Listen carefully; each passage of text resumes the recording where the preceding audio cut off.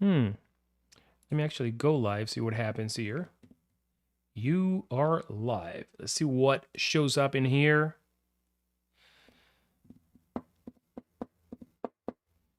Boom, boom, boom, boom, boom. Let's actually refresh this thing. Guys, let me know if you can see me if we are live. This YouTube thing and OBS is a little bit of a, yeah. There you go. Let me see the sound. Boom, boom. Let's actually refresh this thing. Yep. Guys, let me know if you can see me if we... Yep. So guys, what is going on? Get started right here. And yes, we are finally live. And like I mentioned before, I think I was talking to myself for a good minute probably. In today's video, we are going to be talking about your favorite lens. You know, we're going to be talking about yours. We're going to be talking about my favorite lenses. Most of the lenses that I'm going to be covering today are going to be Canon lenses, RF, and Sony lenses. We're going to talk about some APS-C lenses for the Sony system, as well as a particular lens that I cannot remove, and it comes in this camera, which is the 23mm APS-C Fuji lens from the Fuji X100V, which I love that lens, that focal length, you know, I love the system. So first of all, where are you guys watching from today? Let us know, you know, we'd love to know where you guys are coming from, because every day, you know, we get people from all over the world, you know, watching this channel, and it takes a while for the attraction to start. So we have someone here, Siki or Kina. What's going on, my man? Where are you watching from tonight? And yeah, so through all the years, I've been focusing and investing in lenses. You know, every time I go to a job, I realize that I wish I had something else, right? Well, I mean, not every time, but you know, it happens pretty often. So that led me actually to invest in a vast collection of Sony lenses and now in RF glass.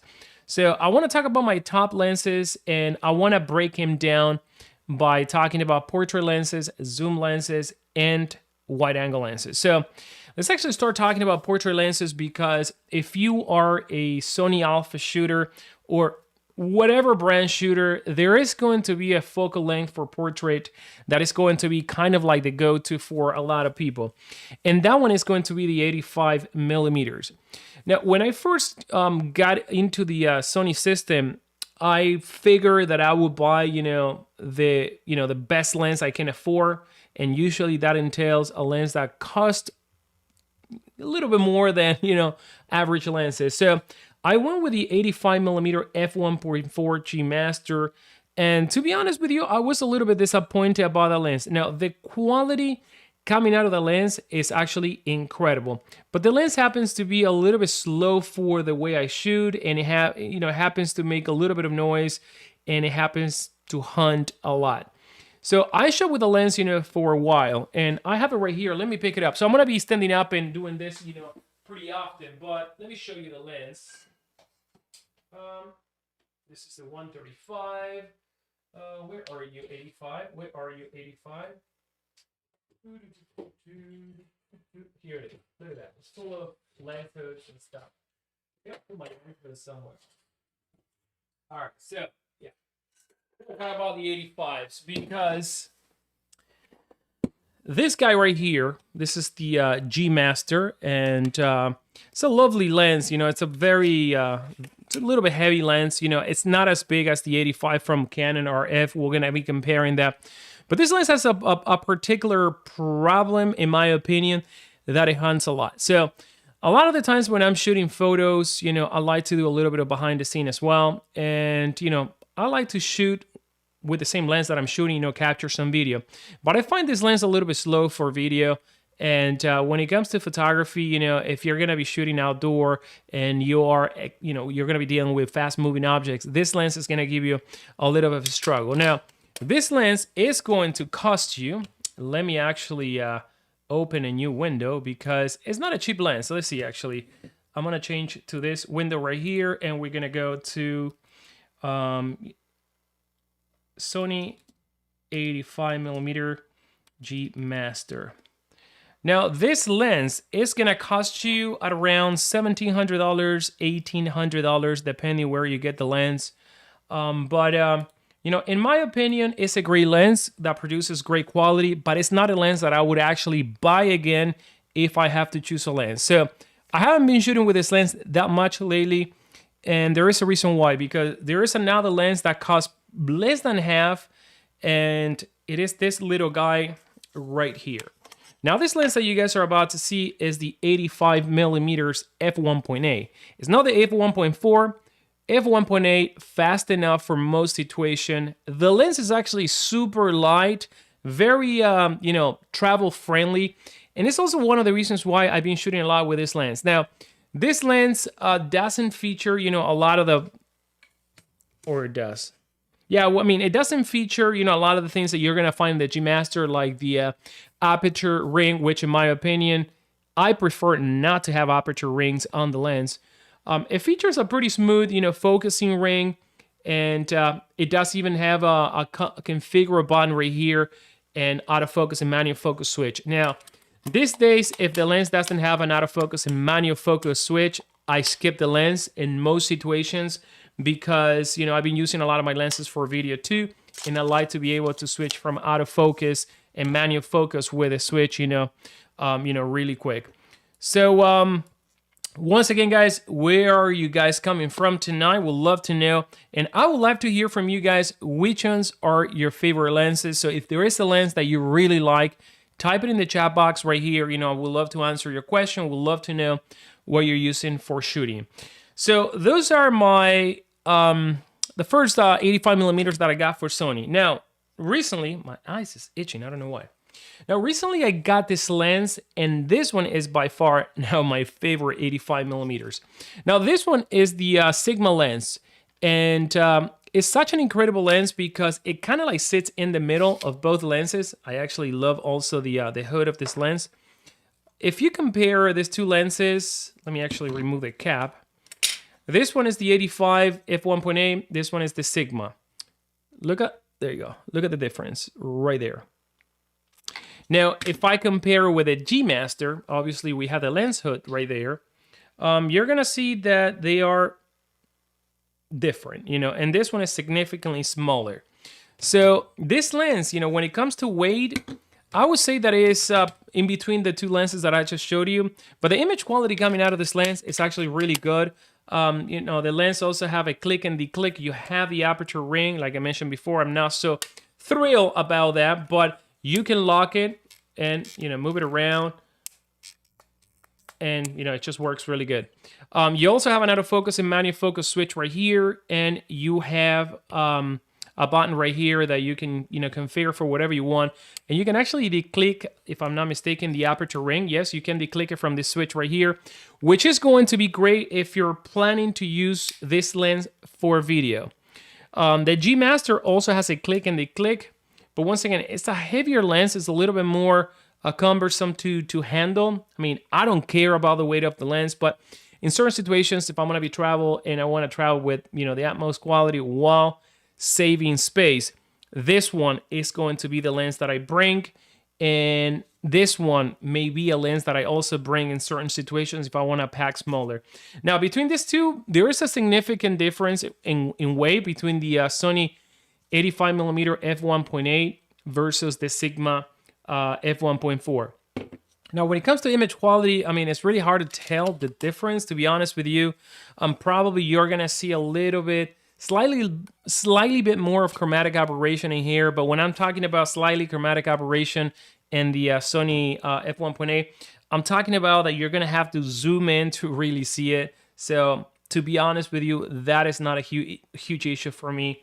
You know, anymore. So these are going to be my favorite lenses for portrait, the 85mm and the Sigma being my latest favorite. Now, going back to the G Master, if you have been looking into buying this lens, you know, and you have been looking into buying a G Master lens, let me put it right there. I tell you, save your money and go with something else. Let me actually check how much that lens is, so we can actually digest that. So I'm gonna go there. G Master 85 millimeter Sigma, and that's it. So this lens is gonna cost you $1,200 versus almost $1,800 that the other lens, cost. So we're talking about $600. Now this lens, I believe it costs around $600. This is the Sony f1.8, and yeah, $529. So for the money that you buy a G Master, you can actually get the Sigma that has incredible quality, very comparable to the G Master, and it's a lot faster in this one. Now, one more thing that I want to talk about this 85 millimeter. If you are looking for the fastest focusing lens, the $529 lens is going to be the one to get. It's going to be the fastest one. So this lens is super, super fast at acquiring focus. One thing is because this one is an f1.8 versus those two that are an f1.4. But yes, f1.8 is going to give you plenty of background separation. And let's go back to my face. Now, let me actually read some of the comments that you guys are typing in here. I'm looking for a cost-efficient, fast lens for night photography. Any suggestion? Yeah, for night photography, what kind of focal length are you looking for? Are you looking for something wide? Are you looking for something zoom? Let me know. This is a question from Glacial Glass. Now, Raymond Johns says that the Sony 135mm f1.8. And I am just happen to start talking about that lens because this is another lens that I love. This is the 135. Let me show you there. There you go. This is the 135mm f1.8. And yes, I put this thing because, like I mentioned before, I hate to bump the aperture, and this is something that I do. Now, this lens is going to be my favorite lens for shooting outdoors. And this lens has such an incredible quality. Now, this one is an f1.8. And you are going to get tremendous background separation because obviously this one is a 135 versus 85. So if I am going to be shooting in a place where I can actually, step back, this is the lens that I'm going to be bringing, especially if I'm going to be shooting locally and not dealing with airports and stuff like that. So this lens, produces an incredible quality. The construction of this lens is very similar as the G Master. This lens is actually on the expensive side. Let me see how much this lens costs. Let's do that. 135 millimeter. This lens is gonna cost you almost $2,100 or $2,000 if you buy an Adorama. Now it's a good thing because Adorama has it cheaper and B&H has it more expensive, about $100. Now, I used to shoot a lot with this lens before COVID-19. All my outdoor photography portraiture, has been done with this lens. There are a lot of pictures on my Instagram if you want to check them. But once again, when it comes to performance, it's great. Now, it's not as low as the 85 millimeters. And this one is a much newer lens, so it features newer technology. Now, the 85 G Master is going to be one of the older, G Master lenses. Therefore, it has a lot of the older technology.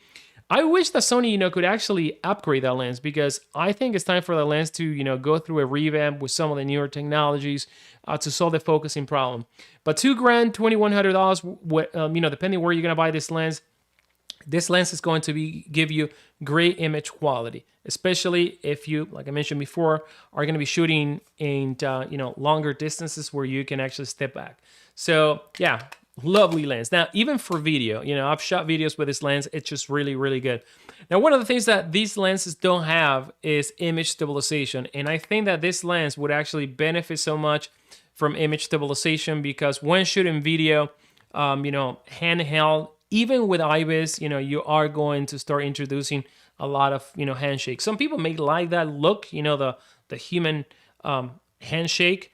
But in my opinion, I'd rather have, as stable as possible of a lens. So 135 millimeter f1.8. All right, so let's continue here. So guys, if you're just joining us, let me know which one is your favorite lens. We'd love to discuss it. Maybe I have it here and we can, show you some of the features of the lens. So Akhilesh Rupaji Sir, what about the Sigma 85mm f1.4? I talked about that lens in case you missed it. You know, I talked before. Now, Roxtheman says, I have the Sigma 85 f1.4. Love it. It's spectacular. Only issue is close focusing distance. Yes, it is a portrait lens, you know, and it doesn't feature macro capabilities. So most portrait lenses, you know, they are going to struggle a little bit at close focusing distances. So that is something to keep in mind. And I think it's something that you are going to see with most, portrait lenses, or anything beyond the 85mm and above. So that's why you're having those issues right there. Now, Glacier Glass says a Sigma 85 with 1.4 sounds amazing. It is amazing. Then I adapted my Canon 135 f2. Really amazing lens for the money. I haven't shot with a Canon version, the f2. No, I haven't shot with that one. Nifty 50 Canon f1.8. That is actually a great lens, and I have it right here as well. Let's talk about that one. Where's the Canon? Here we go. Now I have the Nifty 50 for the RF system. Is this little boy that I have right here. Very lovely lens. I love this lens. It's so small. Look at this. All right. So yeah, since we're here, let's talk about some of my favorite 50mm lenses. And to be honest with you, when it comes to 50mm lenses, they are a couple of lenses that I really, really like, at least that the one that I own. Now, there is a lens that is not a 55, and it's the Zeiss, which is, let me actually see, where's the Zeiss? Here we go. So this guy right here, this one is a great lens for what it is. And what I mean by this is that this lens is not going to break the bank. Let's actually, oops, there you go. Let's actually talk about the lens. And this lens is the 55mm Sony Zeiss lens f1.8. Now, one of the reasons why I got this lens is not because of its great quality of image, but it's because of its portability. Now, if I remove the lens hood and I remove the caps, look at the size of this 85mm. Okay? Now, I'm going to compare it to the 135. I mean, it's tiny. Image quality, like I mentioned before, is not going to be the best. It's not going to be the best. It suffers, from vignetting. A lot of the times, I love to have vignetting in my image just to focalize on my image. And it's something that you can always, remove very easily in post. The build quality of this lens is going to feature an aluminum body. It doesn't have any custom buttons. It is not my favorite lens, when it comes to image quality, but it's my favorite 50mm for Sony when it comes to portability. It's 55 actually, f1.8, and it produces, great background separation. I've shot a lot with this lens. So this lens is the one that I use in tandem with my Sony a7C, which is the camera that is filming me right now. Right now I have the 24 f1.4. We're going to talk about that lens as well. But this 85mm is not going to break the bank, guys. And let me show you the price. Let's switch again to this screen. 55mm Sony Zeiss. Boom. Now this lens is gonna cost you $600, as you can see right here, $659. It's not a bad price to pay for a lens. However, and there is going to be a however, just tapped on the microphone. However, when comparing this lens with the Canon version, we're talking about different systems right now, I have to say that the RF 50mm, in my opinion, is the best 50mm, the best affordable 50mm that I've ever shot with. And look at the size, even smaller. Someone mentioned the Nifty 50. So I do have to agree that the Nifty 50 for the RF system blows the Nifty 50 from the EF version, because I used to own that lens. That lens was very slow, not a good quality build. And this one is actually really good. Now, the only thing that I wish this lens has was an manual focus and out of focus switch. It doesn't have one, and this one obviously doesn't have one. Now, it has a pretty interesting feature of the lens. Let me show you right there. See that switch that you have right there? Well, that is a switch that allows you to toggle the ring to be used to whatever function you set it up or to be used as focus. So let's say you have this ring set up for your ISO. Well, you actually put it in control mode, and now you can control your ISO. At the same time, if you move it to focus, now you can actually focus with the same ring. It doesn't have any other configure button, but the image quality out of this lens is great, to the point that I even used it to film part of my daughter's birthday, some close-ups with the Sony C70. I used it for video. It works good. Now, it's noisy. It's not a quiet lens. It uses the STM technology, which, STM uses screws, so you're gonna hear you're gonna hear a lot of that, hunts a little bit. But this lens also has, if I'm not mistaken, this lens actually has a pretty close range focusing distance. It's not a macro lens for what I know, but it does perform really good. This lens is gonna run you $200, 100 and something like that. Let's actually, let's check it out. And it's an f1.8. So let's see, Canon. Let's see here. Let's go Canon. And the reason why I want to do this, so we already Canon 50mm RF. There you go. So there you go, $199. I mean, it is so freaking cheap, man. It is so freaking cheap. I guess even if you're not into the 50mm, you're never gonna regret owning this lens, because it's just incredible, super, pocketable, especially because you can use it for video as well, photography, and you can shoot also in super 35mm mode, and turn it into almost a to almost like an 80mm lens. So it's really good. I really recommend the lens. So out of all the 55mm, 50mm range, this one has to be my favorite one.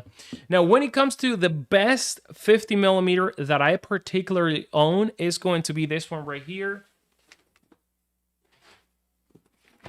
And this one, once again, is an RF lens. This is the creme de la creme when it comes to 50mm, in my opinion. Now, it is a beefy lens. Compare the difference, the size difference between these guys. Right? Now, this one is an expensive one. It's not going to run you cheap. Let's actually go right here. RF 50mm f1.2, and it's this one right here. So this lens is going to run you at $2,300. Yes. It is expensive, guys, but I say that you get what you pay for this lens, because this is the reason why I shoot with two systems.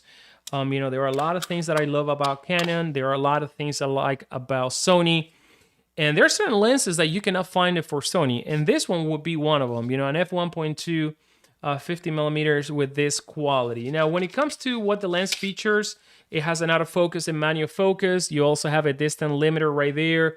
We don't have any configure button, which is actually a shame. And this lens does not feature image stabilizations of any sort. I wish we could have, for such a big lens, at least some sort of image stabilization. That would be great, because this one is actually a really nice lens for video. And the reason why I mentioned that I wish this lens has image stabilization, because it would have been a great lens to shoot with the with the Canon C70 handheld. And the Canon C70 doesn't have in-body image stabilization. It only has a digital image stabilization. And digital image stabilization with a 50mm, handheld, it's not gonna cut it very well, but you can always, put a gimbal and stuff like that and mitigate that problem. But that is my only, I wish this lens had. All right, so this is going to be it for the 50mm, the lenses that I love the most. Now let's talk about wider lenses. And when it comes to Sony 35mm, we're getting a little bit wider. When it comes to Sony 35mm, there is plenty of variety for Sony. But once again, one of the lenses that I've been using a lot is the 35mm f1.8, which it looks almost identical to the 55mm f1.8. Let me see if I can find it really quick here. I should have all the lenses prepared, right? But it is what it is. All right. So this one is the 85. You know, as you can see, it's pretty small. Let's remove this. Again, another small lens, and let's use the 135 for comparison. No, this is the 50, I'm sorry. Let's use the 135 from Sony for comparison, and you can tell right there that, you know, we're talking about a lens that is very, very tiny. Once again, when it comes to image quality, this one does a fair job. You know, it's a good quality. It's not the best quality, but when it comes to portability, it's great. Now, the reason why I'm falling in love a lot with smaller lenses is because, you know, if I'm not at a studio, I always bring a camera with me, whether, you know, I go to work, I go to a party, I go to whatever I go, I bring a camera. And I like to shoot with prime lenses. So I always try to get the best, you know, smallest prime lens, you know, possible. And this one with the Sony A7C, it's a really nice match, guys. So I don't know if you guys have used this lens, but I would like to show you how much this lens is gonna cost you, because this is the 35mm f1.8 Sony. There you go. And this lens is gonna run you, let me show you right there. This lens is gonna run you at about $698. So it's not a cheap lens, as you can see, it's not a cheap lens.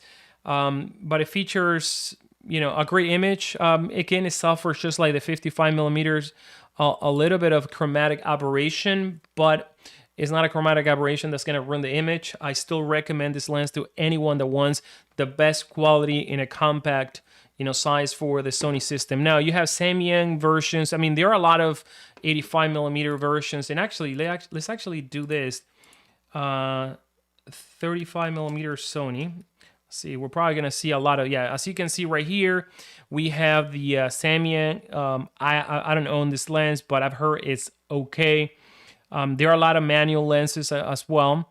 You have the this one is the one that I want to get. Probably I will get this lens. I've heard a lot of great things. I read a lot of reviews. Probably this one is the best when it comes to size and when it comes to also price. I mean, $1,400 for a 35 at f1.4 is not a bad price. But I would have to actually compare, you know, the quality, because a lot of the times between f1.4 and f1.8, I don't like to spend the additional cash unless I am getting, you know, a lot of features, you know, for that extra money. So this one is one, you know, probably I'm going to rent this lens and maybe review it later and compare it. So that's that. Let me actually go back here. Now, that's going to be that. Now, there's another 35. Where is it? Here we go. That I got it, and to be honest with you, I don't like it too much. And is the size 35mm f1.4. Now, if you compare it to the 35, the new one, the f1.8, the f1.4 from Sony, this one is bigger. And I've been using this lens for video. As you can see, I have a polarizer here in the lens and neutral density filter. That this one is actually awesome because, you know, it has polarizer and neutral density. So I've been using this lens for video a lot. I use it with my Sony a7S III. And the reason why I use this lens for video and not so much for photography is because it's kind of soft, you know, in my opinion, this lens. You know, I don't mind to have a little bit of a softer image, but if I'm going to be shooting photos, you know, I may want to stretch the image, I may want to crop in, you know, I may want to do things. And I don't know, I don't think that this lens is the best lens out there. You also have a clicking, you know, aperture there, switch. You can click it or declick it. That's another reason why I use it for video. You know, a lot of the times, you know, I use my aperture, you know, to film. You know, I like to tweak that. But it has a, you know, smooth focusing ring. It's good for manual focus.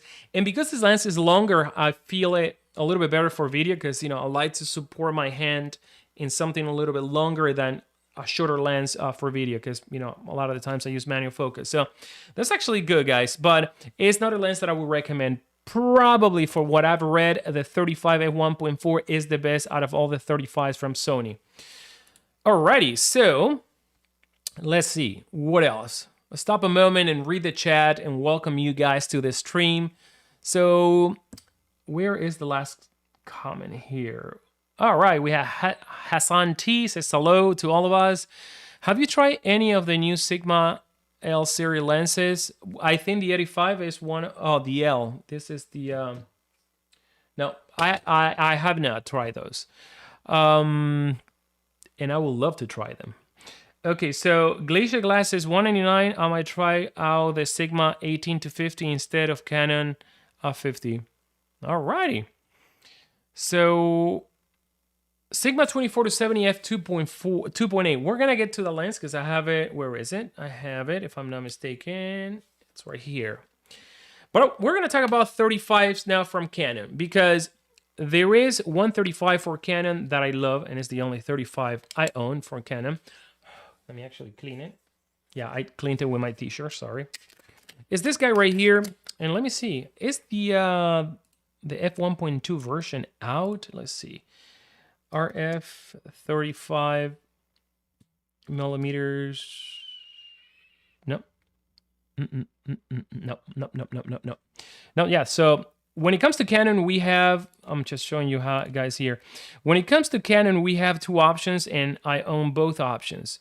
The 35 millimeters, which is this lens right here, and then we have the 15 to 35, which is my favorite lens for filming with a Canon C70.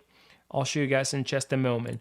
But this lens is actually incredible because I believe this lens goes right now for about $450. Let's see. RF. Oh, sometimes it's a little bit cheaper, but as you can see, it's $499 now. So yeah, this lens is actually great, man. Number one is a short lens, as you can see, very, very short. It has image stabilization, which is great for video, and I use it a lot for video. It has autofocus and manual focus. You have a focusing ring and an independent ring that you can configure to do, you know, great thing. I just love this 24 millimeter from Sony. It's awesome. Anyway, so this lens, in my opinion, is a no-brainer. It's one of the lenses that if you are in the RF system, you should probably, you know, try to own because it's so versatile. You know, the 35 millimeter, great for video, great for photography, and it's not going to break the bank. Now, let's talk about the this guy.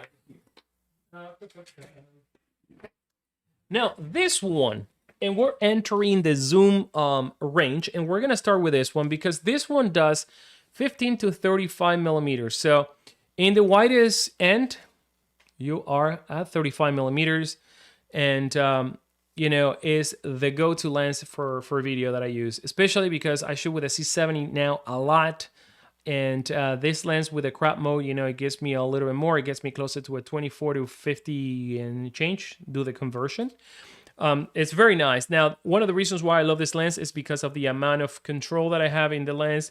Well, first of all, you know, 15 to 35, not 16. And yes, there is a difference between 16 to 35. So we got a 15 to 35 millimeters. This lens also features the ring. You know, all the Canon lenses now feature that ring that you can actually configure for. I configure it for my ISO. So I control my ISO from here. And it has a super smooth focusing ring. The focusing ring is actually super smooth. You have the autofocus and manual focus switch like I mentioned before. Look at that background separation. Wow. And you have the autofocus and manual focus switch. Now, out of all the 16, 15 to 35, this has to be the best lens. And one of the reasons why that a lot of the times may not pick up my Sony a7S3 and may actually pick up the C70 because of this lens. Yes, the Sony a7S3 features, you know, it's a full frame camera versus the Super 35. But I just love the workflow of the C70 with this lens, you know. It's pretty much where I want to be. I don't have, you know, often the need of shoot super wide.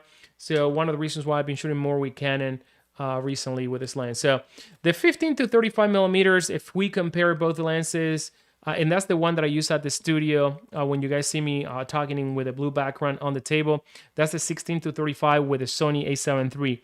Now the main difference between this lens and the one for Sony is going to be that this one goes a little bit wider. Let me actually pull the specs right here of the Sony because it's always in the camera for video, you know, mainly. And I don't know if it has. I don't think it has. Does it have image stabilization, the lens?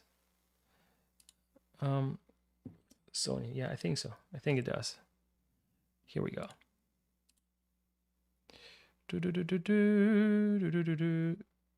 No, it doesn't. Oh, let's see.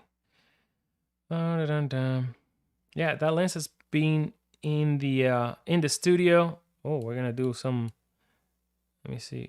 Nope, no, exactly. I knew it. It does not have in-body image stabilization. Now I remember why. So I don't shoot with that lens a lot with the Sony 16-35. I use it more for photography, and now I use it for, like I mentioned before, the channel. But obviously, it's a huge step forward having image stabilization in the lens in such a versatile focal length. Once again, I think that's one of the lenses that Sony should actually upgrade, because there are a lot of the great lenses that don't have image stabilization. The 16-35 being one of them, the 24-70 being another one. Such a shame that that lens doesn't have image stabilization. So that's going to be the first zoom lens that we're going to be reviewing. Now, we're going to be talking about a particular Sony lens that, in my opinion, is my favorite one, and I also own the other version. But let's start actually with this one, with the one that I shoot the most. And this one is going to be the 24-70 millimeters Sigma lens. All right, so this lens is incredible. It has an autofocus and manual focus switch right there.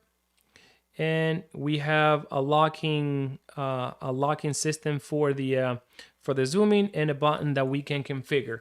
Now, this lens doesn't have image stabilization. I wish it did, but the image quality is great. It's a little bit smaller than the G Master version, which we have over here, I believe. Do I? Maybe no. I think I left it at the studio.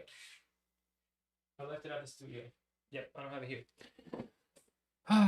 Did I? Or do I? No. Yeah, I left it at the studio. So I've been using it more than the 24-70. Now, when it comes to price, check this out. Because this is where it just makes no sense to get the Sony, in my opinion, anymore. So 24-70 Sony.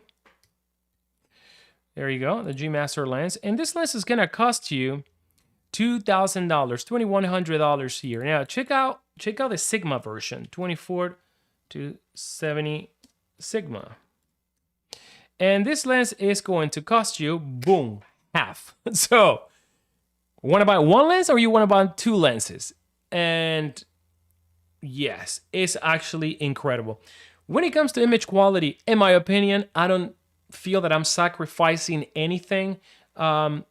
I think the Sony version may be slightly faster at autofocusing, but once again, I use this lens, a lot, and I haven't had a, problem. I use it also for video, no problem. This is one of the lenses that I like to shoot a lot with the Sony a7S III. It's kind of like one of those lenses that I bring with me all the time. So again, and there are other, other options out there, probably from other manufacturers, I don't know, but these are the ones that I use, the G Master, the Sigma lens. And no, I don't believe that there is another option. What I just say, no, there's no other option from manufacturers, 24-70. Because the other one will be Tamron, and I own the Tamron, 28-75. I personally don't like that lens. It is light. I don't like the image quality from that lens. But again, it is what it is. It's an affordable lens. Versus the Tamron, I'll take this lens any time of the day, because you are at 24, and let's say you want to travel, you are planning to do, a little bit of this type of content, YouTube, you want to shoot photography, and you also want to shoot video. This lens is going to get you covered, no problem. You're going to get, pretty good background separation, nice shallow depth of field. It goes at f2.8, so it's fairly fast for being a zoom lens, and I just love that one.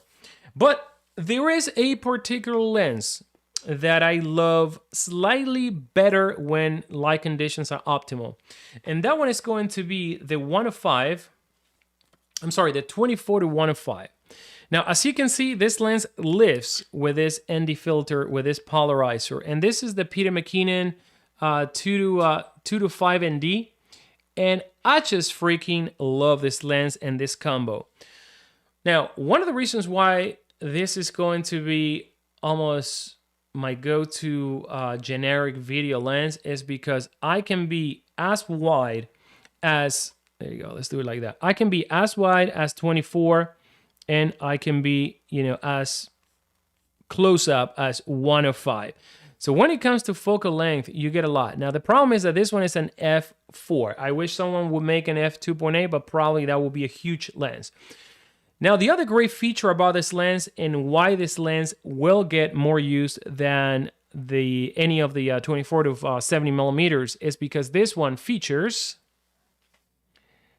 there you go, optic steady shot. So you can actually get incredible image stabilization out of this lens alone. So if you're going to be using this lens with any of the other Sony cameras that have image stabilization, sorry, I forgot to switch. If you're going to be using this lens with a lot of the lenses that, I'm sorry, with some of the cameras that have image stabilization, you're going to be able to pair the image stabilization. And when shooting, not running, of course, you're going to get a super nice, steady footage without using gimbals. Of course, you know, it's not going to replace gimbals, but the image quality is incredible. For the same reason, there is another lens that I use a lot with my Canon camera, and it's exactly the same focal length. This one is the 24 to 105, but this is RF. Now, when it comes to the size of the lenses, they're pretty similar. Let's actually compare them. This one also have image stabilization, and it works really good. You know, when it comes to the size, they're almost same size. Maybe the RF version is a little bit shorter, actually. Oh, no, there you go. No, they're about the same. They're about the same. So this Canon lens, you know, is really good, guys. And probably if you're going to be doing more video than photography, I recommend this lens before the 24 to 70, even though this one is an f4, right, and not an f2.8.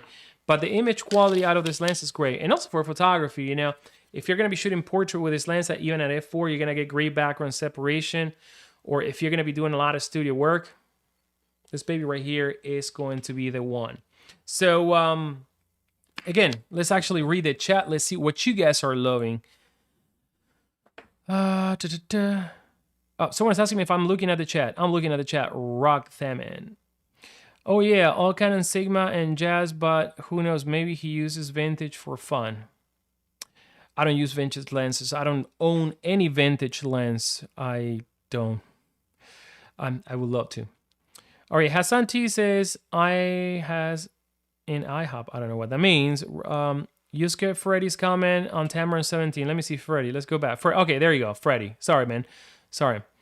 Yeah, oof, there are a lot of comments there. So yeah, guys, by the way, let me know which lens are you using. We'd love to learn about your preferences. So Freddy says, Tamron 17 to 28, f2.8, I use it in APS-C cameras. I actually got that lens and I tried it and it's actually pretty good. The APS-C version, yeah, I really love it. It's light, it's pretty compact. It's a little bit long for being an APS-C lens, but it's a zoom lens. But it's actually great, Freddy. I agree with you. In fact, I like it better on an APS-C than the 20 to 75 millimeters, you know, full frame Tamron. All right. So replay, please. Sigma 85 1.4R. I have listening that it brings distortion in photograph. I don't know, man. The 85 brings distortion. You know, like a lot of the times you know, I see people complaining for certain things that are so easy to fix in post. And unless you will never open your images in Lightroom, then, you know, what's the problem? I don't see a problem with, you know, with a lot of distortion. I can see why this lens may have distortion. It's a little bit smaller.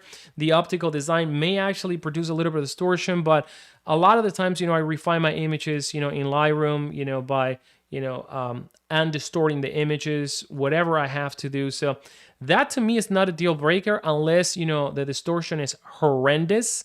Then that's a problem. But I don't find that lens being a lens that I wouldn't use because of a little bit of distortion. And I hope that answers your question. You know, a lot of the times it's better to pack a little bit lighter and pack more lenses than just stick to one lens for slightly, you know, distortion that can be corrected in post. All right, so you missed my chat. Akhilesh. Yeah, repeat your question if you don't mind, because I'm trying to concentrate also here, but I don't want to miss any of your question, guys. So if you don't mind, just retype it again or copy and paste it. Glacier Glass said, well, if the 16 to 35 doesn't have image stabilization, why not use a cam with image stabilization? Well, here's the thing. The image stabilization of a lens is going to be way better, or at least in Sony, it's going to be way better than any image stabilization of a body. So that is a given with Sony cameras. I rather use a stabilized lens with a non-stabilized camera. Well, although now almost all full-frame cameras have image stabilization, but you're gonna get a smoother image stabilization from the lens than just relying on the sensor image stabilization. And the advantage of this is that when you pair both, you have even more, a combined image stabilization.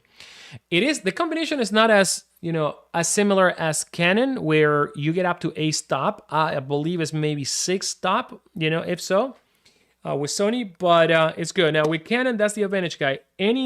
Most lenses are gonna combine the image stabilization, and you can get up to 8 stops of image stabilization depending which lens you put in the camera. So that's that. So we covered basically, my favorite lenses. Now there are 2 lenses. There's one lens that I want to show you guys that I also like, and this one is kind of like going back, way back to when we were talking about wide lenses. It's going to be the 12-24. I've been shooting with this lens also a lot. I used it before for a lot of my old vlogs. I use this lens a lot. Now, this lens is an f4, and it doesn't have image stabilization, but for photography, this lens is actually incredible. I love it. Super, super wide, image. And of course, you guys know that Sony has the 12-24 f2.8, but let me actually show you here the price of this lens, and we're gonna compare it with the f2.8 version. I just can justify spending that kind of cash in the lens. But let's go. 12-24 Sony. And the one that we're going to see first is going to be this one right here, this guy. So this one is not a cheap lens neither. It's going to run you around $1,800. But let's do the 12-24 f2.8. And that's going to bring us to this baby that costs almost twice the price, $3,000. Now, this lens, I tried it, and the image is awesome. It's incredible. I don't like too much these lenses with a spherical, lens protruding way too much. I have a bad experience with this particular lens right here, and it doesn't stick out that much. But I had a bad experience where I have to replace the lens because sad story. But this lens is actually heavier and a little bit bigger and super expensive. Now, if I was into, I don't know, maybe architecture, probably, but usually if you're going to be shooting outdoor, for a wide angle lens, you don't need like the crazy shallow depth of field, especially for architecture. You may want to capture as much detail as possible. So the f4 version is great. The f4 version is great for, portrait photography, for outdoor. I use it a lot. Now this lens would be better, for things like this, but who's gonna use a $3,000 lens for vlogging? And I've seen people doing that in YouTube. Again, if you have the spare cash, probably that's an upgrade, over this lens. But I just stay with this one, and I don't own that one. Also, the great advantage of this lens is that very light. So I even use this lens with the Sony a7S III and the Sony a7C. So very, very light lens. I really like it. So this one has been my favorite one. It's scratched all over because it's been in bags and stuff like that. But I love this little guy right here. So I kind of like touch base, in my favorite lenses. Now let's actually talk about a little bit more about you guys. Let's see. I'm getting off here, but respond to the chat more than the other stuff. Otherwise, it's just like all the rest of content. All good. Just saying, yeah, man. I'm gonna be going top to bottom right now, so I just wanted to get this out of my chest. So let's see. Let's actually refresh the chat. So people are saying that the 135 f1.8 is their favorite portrait lens. That's Raymond Johns. I talked about the Sigma 85mm f1.4. In my opinion, it's one of my favorites, along with the Sony 85 f1.8. One of my favorites 85mm lenses. This one was for Akhilesh. Mentioned that. Rockstar Man say I have the Sigma 85 f1.4. He also loves that lens. What else? Glacier Glass says that the Sigma 85 f1.4 sounds amazing. Cushion distortion. COLOL Nifty 50 Canon. That's a a great lens, and the RF version is an even better lens in my opinion.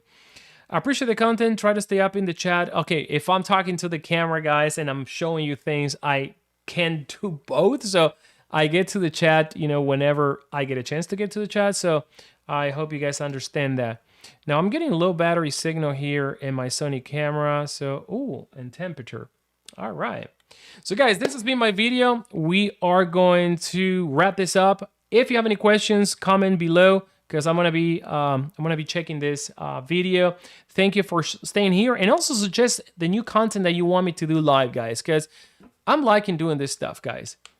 I'm gonna respond to the last question. What is the lens that I have the most fun? And the most fun has to be right now is the 50 millimeters, the Nifty 50 from Canon, the like I mentioned before, the 85 Sigma, and what other lens? And the 15 to 35 RF. Those are my favorite lenses lately, and of course the 24 to 105. I mean, they're all my favorite.